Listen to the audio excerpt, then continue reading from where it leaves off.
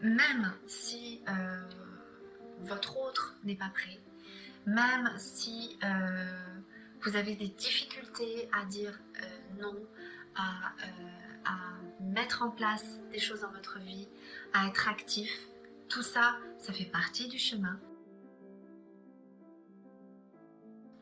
Eh bien bonjour, Bonjour. nous voulions faire une vidéo sur le bonheur et on voulait également, avant de commencer cette vidéo, vous remercier pour les contributions, pour les commentaires. Les messages qu'on reçoit régulièrement. Voilà, aussi pour le groupe Flamme Jumelle qui grandit. Donc voilà. Partons tout de suite donc sur le bonheur. Donc Oui. on voulait revenir un petit peu sur ce que tes clients, en tant que thérapeute, sur ce que tes clients te remontent et ce qui est important pour eux en ce moment sur ce thème du bonheur. En fait, ça part d'une observation sur différents retours que j'ai actuellement avec mes clients.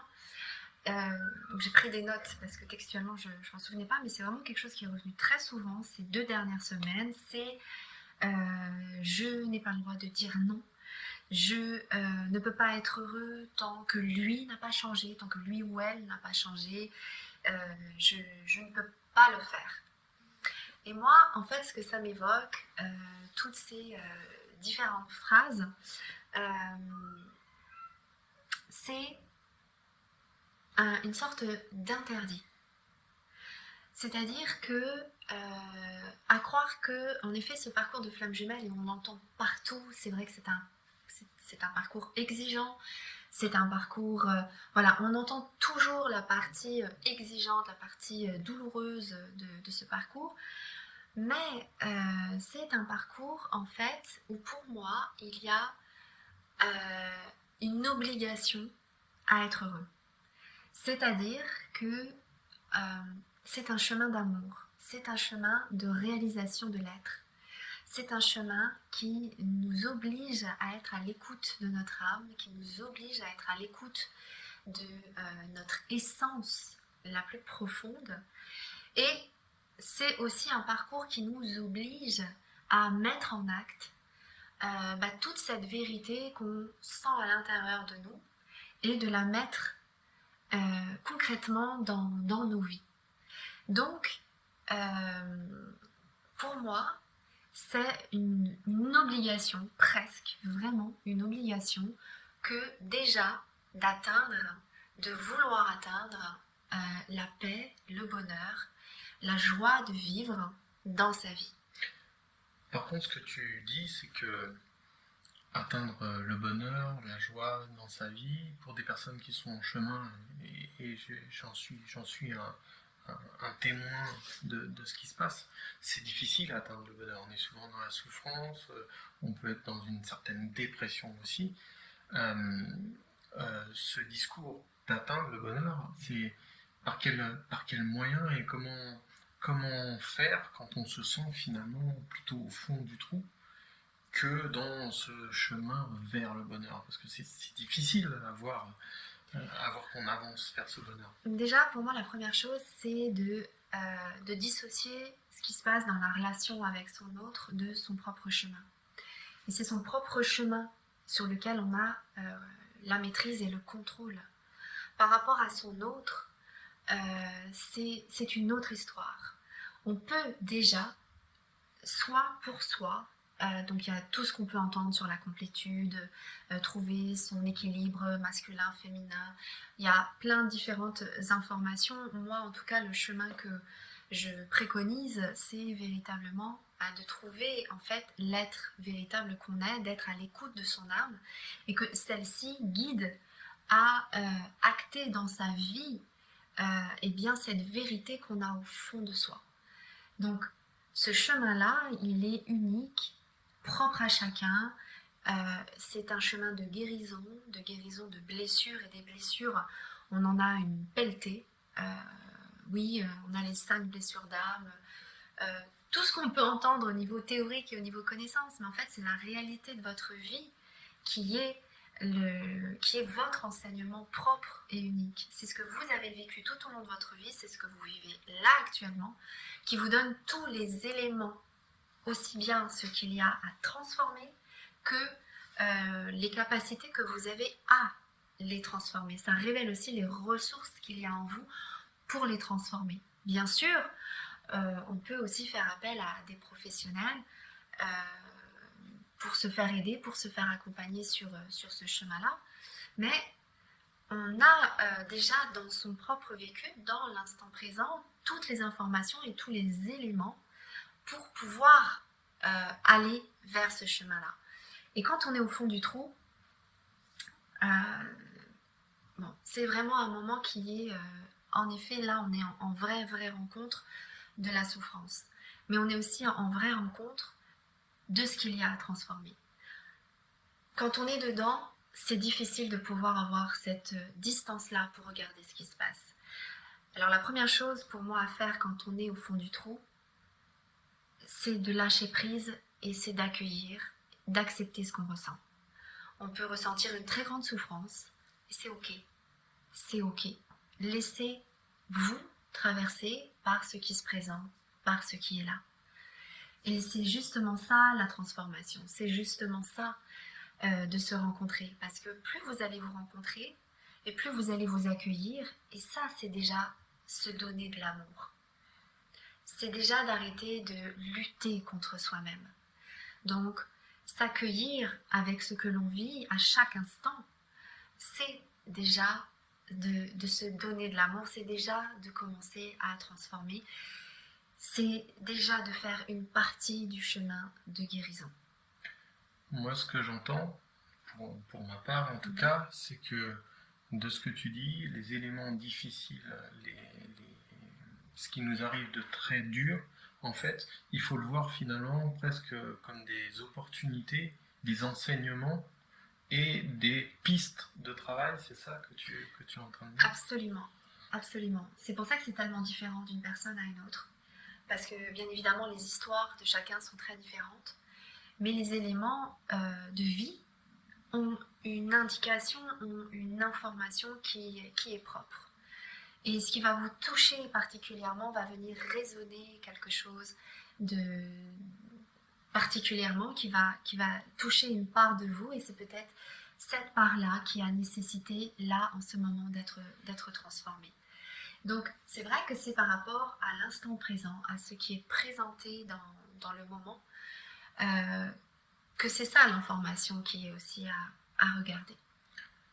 Quand on est donc dans ce parcours, qu'on a des choses à rencontrer, quelque part, c'est difficile. Il faut arriver à avoir la force à aller de l'avant, à pouvoir mener des actions quand même. Et parfois on est rattrapé par sa propre énergie. Qu'est-ce que tu en dis à tes clients de ça, du fait de se sentir faible par rapport à ce qui nous arrive et à ce qu'on rencontre? Alors, se sentir faible, pour moi, c'est surtout significatif de... Déjà, on n'est pas faible. C'est pour ça que je bug un peu parce que pour moi, c'est vraiment un mot particulier. On n'est pas faible et surtout pas face... On se sent faible. Voilà, on se vise faible, on peut se croire faible, on peut se laisser happer par le regard des autres qui va renvoyer qu'on serait faible. Mais en réalité, aux yeux, au regard de ce qui est en train de se passer, mais mon Dieu, parfois, au vu de certains événements, on n'est absolument pas faible. C'est des événements qui peuvent complètement renverser des gens, complètement les chambouler. Donc, déjà face à ça, voilà, mesurer les choses et non, on n'est pas faible. Et quand on vit quelque chose de très difficile, on fait du mieux qu'on peut. Déjà, en tout premier lieu, on fait du mieux qu'on peut. Donc, c'est déjà un premier mouvement que d'accepter ce qu'on est en train de vivre, que d'accepter ce qui se passe là.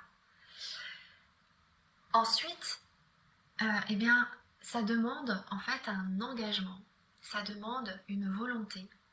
C'est vraiment un choix personnel à un moment donné de sentir tu parlais d'énergie, de sentir son mouvement intérieur, cette volonté, cet instinct de survie très humain, bah oui, de vouloir déjà relever la tête.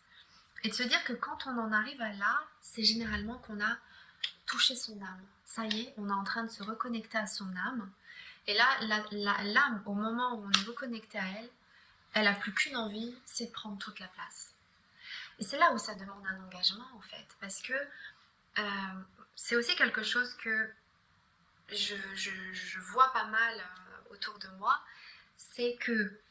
alors oui, il y a tout ce travail intérieur, c'est déjà très exigeant, c'est pas facile, donc ça demande parfois ça prend toute la vie, ça prend toute la place, on n'arrive même plus à s'occuper de ses enfants, on n'arrive plus à s'occuper de son travail, voilà, c'est extrêmement prenant. Mais en même temps, c'est aussi à acter et à mettre en place dans sa vie. C'est-à-dire que tout ce que l'on vit intérieurement, pour que ça arrête d'être intériorisé, eh ben, il faut aussi savoir l'extérioriser. Parce que, quelque part, être dans une forme passive, d'être dans une forme d'attente que les choses se passent, eh bien, c'est mettre un petit peu votre sort entre les mains de la vie ou entre les mains de votre autre. Et que c'est donc à partir de l'extérieur que va se déterminer votre bonheur. Or, pour moi, c'est vraiment tout le contraire. C'est-à-dire que si on est vraiment connecté à son âme, si on est vraiment connecté à son essence, si on est dans sa vérité, eh bien, on a comme une obligation de l'acter, de le mettre concrètement dans sa vie en place et d'être heureux. Vraiment, mais qui a dit qu'être une flamme jumelle, c'est d'être malheureux toute sa vie? Moi, en tout cas, c'est pas ma conception des choses. Je pense pas qu'on soit là à vibrer, à rayonner l'amour, à vouloir être dans des très hautes énergies, dans des très hautes vibrations, pour être malheureux avec ou sans son autre. On peut être avec son autre et vivre des moments très durs. Et puis on connaît des flammes jumelles qui ne sont pas avec leur autre et qui arrivent à être heureux dans leur vie. Tu voulais rajouter autre chose? Parce que je voulais rebondir sur ce que tu disais, parce que dans le fait de vouloir acter, de vouloir rentrer dedans, je souris parce que on s'était pas trop concerté sur ce que tu allais dire, mais je me rends compte qu'effectivement quand tu dis ça, est-ce que moi ce qui me vient c'est justement est-ce que je vais être capable de le faire, est-ce que je suis voilà, et je crois que c'est d'ailleurs le deuxième sujet que tu voulais aborder, c'est se sentir capable en fait. Et moi c'est justement ce que ça me dit quand tu dis le bonheur, ouais, on peut le faire, on peut avancer vers, le chemin est difficile, il faut pas en gros perdre espoir, il faut rester dans cette dynamique, dans cette énergie, mais en même temps, moi tout de suite ce qui me vient c'est ça, c'est est-ce que je vais être capable de le faire quoi. Moi je pense que quand un événement arrive, aussi dur soit-il, c'est qu'on est capable de le dépasser. Je me souviens plus de cette phrase, de cette expression. Tout ce qui ne nous tue pas nous rend plus forts. Oui, c'est ça. Voilà. Tout ce qui ne nous tue pas nous renforce. Tout ce qui ne nous tue pas nous rend plus forts, nous renforce. Et cette phrase, en fait, moi je la trouve vraiment très adaptée à ce parcours-là, parce que c'est vrai. C'est vrai, tout ce qui ne va pas nous abattre va révéler en nous toutes nos capacités profondes et personnelles pour pouvoir dépasser ça. Donc, c'est vrai que quand on vit une situation, quand on est dedans, quand on est dans le tourbillon, c'est pas le moment de réfléchir à tout ça. C'est juste le moment de faire du mieux qu'on peut, de le dépasser, de se faire peut-être aider pour accueillir tout ce qu'il y a besoin d'être accueilli. Et puis, après vient d'autres temps. Vient le temps de prendre du recul, de voir ce qui s'est passé, de prendre conscience de ce que ça a pu révéler de soi, que de réussir à dépasser cette étape, et de pouvoir, du coup, mettre en place concrètement des choses dans sa vie pour que ce qu'on a vécu soit porteur et soit nourrissant dans sa vie. Donc voilà, moi le message que je voulais surtout faire passer, c'était que, enfin c'est que euh, même si votre autre n'est pas prêt, même si vous avez des difficultés à dire non, à mettre en place des choses dans votre vie, à être actif, tout ça, ça fait partie du chemin. C'est ce qui a dépassé donc.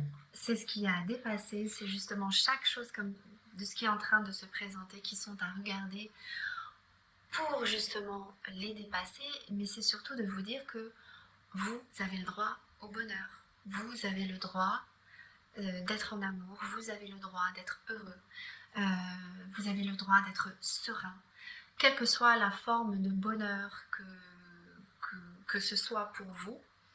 Parce que je pense que c'est aussi trop se nourrir cette idée que parce que je suis une flamme jumelle, forcément il va falloir que je souffre. Bah non, non. On n'est pas obligé de souffrir, en tout cas on peut décider de ne pas faire ce choix-là et que même si les situations extérieures sont difficiles, eh bien qu'on peut trouver moyen, chacun à sa façon unique, de trouver sa forme de bonheur. Eh bien, écoutez, on espère que cette vidéo vous aide sur votre parcours. N'hésitez pas à laisser des témoignages, des commentaires, venir nous rejoindre sur le groupe parce que c'est un groupe d'entraide et c'est important. Vous trouverez aussi tous les liens sous la vidéo pour contacter Elisabeth. Et puis, ben voilà, je vous dis au revoir. À bientôt, prenez soin de vous.